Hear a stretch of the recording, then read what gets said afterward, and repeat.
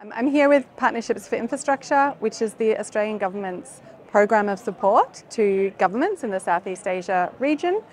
We work with them on support to make quality infrastructure decisions that are inclusive and resilient. We provide capacity and technical support to partner governments to meet their needs to develop their infrastructure.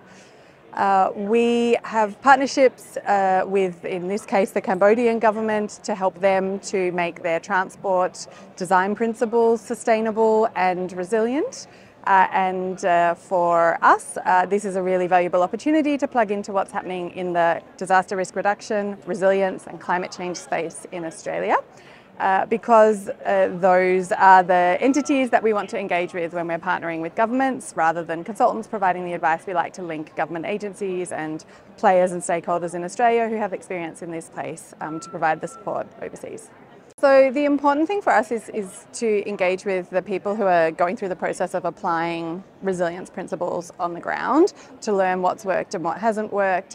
In our experience, our partner governments in Southeast Asia that we're supporting have a great interest in this. They understand how important it is for their success and the success of their infrastructure, but they don't always know where to start. And particularly with the practical tools and methods and approaches that take you from a policy or a strategy to a better result for people on the ground.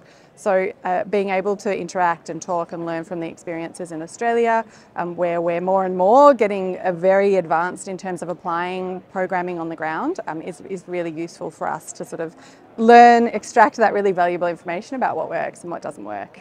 There's only so much you can do when you work sort of this line ministry here or that line ministry or this sector here and that sector here, because the issues that create vulnerability to disasters and climate hazards and exposure to them are so interconnected. The systems are complex, there's compounding factors, interconnected factors, feedback loops that we can't understand, maladaptation that happens sometimes.